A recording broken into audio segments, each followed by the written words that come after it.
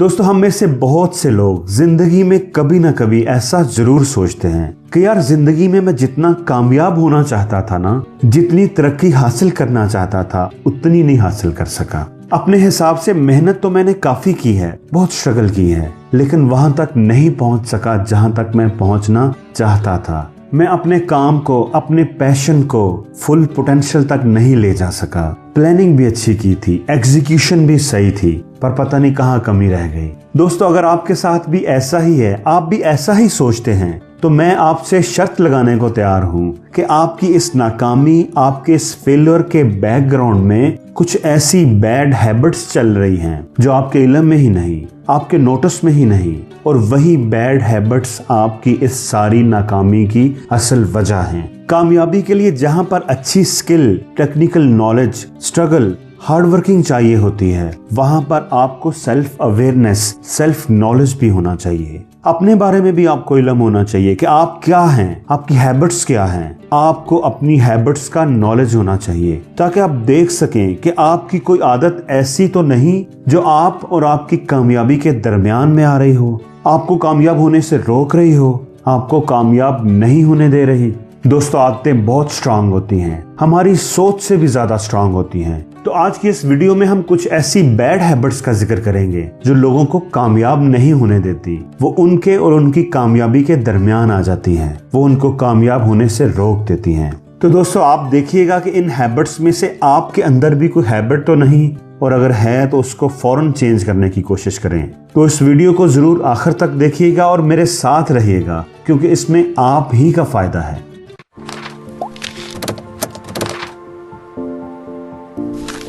तो दोस्तों, पहली आदत है आई एम अ परफेक्शनिस्ट। ये एक बहुत ही बैड हैबिट है जो इंसान को ग्रो करने से, कामयाब होने से, आगे बढ़ने से रोक देती है। जब वो सोचता है कि मुझे तो हर चीज परफेक्ट चाहिए, जबरदस्त चाहिए, आपकी ये सोच हर चीज को परफेक्ट करने की आपके ऊपर एक एक्स्ट्रा स्ट्रेस क्रिएट कर देती है, जिसके अंदर आपकी सलाहियतें, आपकी क्रिएटिविटी दब जाती है। हो सकता है आपको ये बात थोड़ी अजीब लग रही हो, लेकिन दोस्तों, ये खौफ कि मैं फलां काम करूं तो कहीं गलत ना हो जाए, उसमें कोई कमी ना रह जाए, लोग कहीं उसे नापसंद ना करें, कहीं वो मेरे मयार से नीचे ना हो, ये खौफ आपको वो काम शुरू करने से ही रोक देता है। आप इनिशिएटर ही नहीं ले सकते।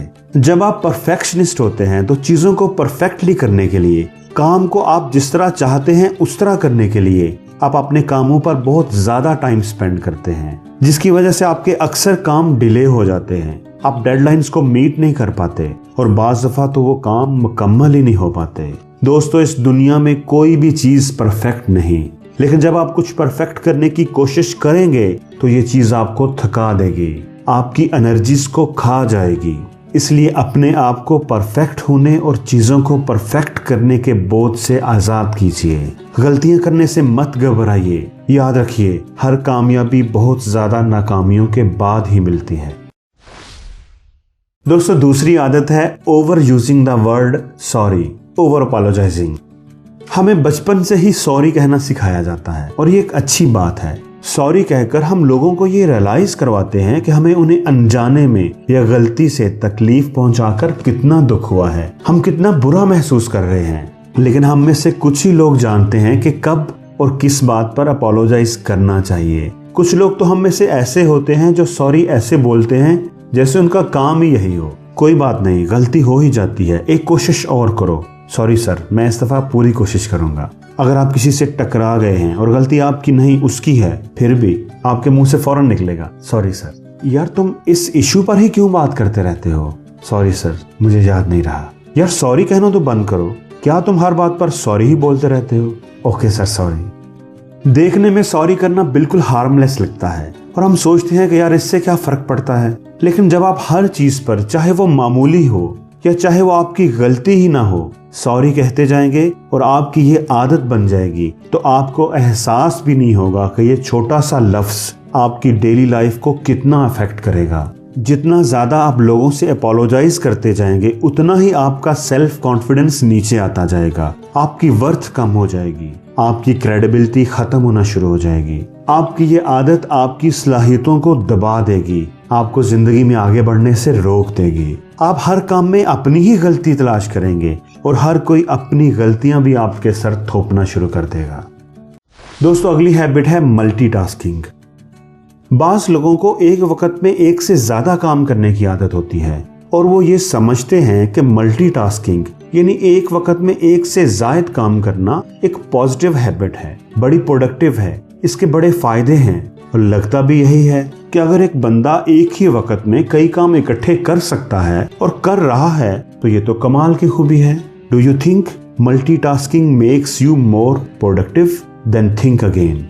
दोस्तों, रिसेंट स्टडीज ने इस सोच को गलत साबित किया है। ब्रेन पर होने वाली स्टडी से ये बात पता चली है कि अगर हमारा ब्रेन एक वक्त में एक ही काम पर फोकस करे तो हम उस काम को ज्यादा बेहतर और अच्छे तरीके से कर पाते हैं, हमारी प्रोडक्टिविटी बढ़ जाती है। जबकि मल्टीटास्किंग हमारी ओवरऑल प्रोडक्टिविटी को 40% तक रिड्यूस कर देती है। हमें लगता है कि हम एक साथ बहुत से काम कर रहे हैं और हम इस बात पर खुश होते हैं, लेकिन ऐसा नहीं होता। मल्टीटास्किंग हमारी क्वालिटी ऑफ वर्क को बहुत मुतासर करती है। इसलिए मल्टीटास्किंग को प्रोडक्टिविटी किलर भी कहते हैं, क्योंकि जब हम एक वक्त में एक से ज्यादा काम कर रहे होते हैं तो हम अपनी अटेंशन और फोकस को एक काम से दूसरे काम पर बड़ी तेजी से शिफ्ट कर रहे होते हैं और ये चीज हमारे ब्रेन को डिस्टर्ब करती है, उसकी सलाहियतों को मुतासर करती है, हमारे ब्रेन की शॉर्ट टर्म मेमोरी और लॉन्ग टर्म मेमोरी को रिड्यूस करती है, जिससे हमारी चीजों को याद रखने और एनालाइज करने की सलाहियत मुतासर होती है। Saying no to things you have not tried। हम में से बहुत से लोग एक कंफर्ट जोन में रहते हैं, रहना पसंद करते हैं। वो लोग मेहनती होते हैं लेकिन सारी जिंदगी एक ही लाइन पर चलते रहते हैं, एक ही जॉब करते हैं, ऑफिस जाने का भी एक ही रास्ता, दोस्त भी वही और परेशानियां भी वही पुरानी। वो अपनी जिंदगी में किसी भी नए आइडिया को, नई अपॉर्चुनिटीज को आराम से नो बोल देते हैं। मेरा तो इस काम में कोई एक्सपीरियंस ही नहीं, रिजेक्ट। मुझे तो ये पसंद ही नहीं, रिजेक्ट। मुझे इस काम का कोई खास नॉलेज ही नहीं है, रिजेक्ट।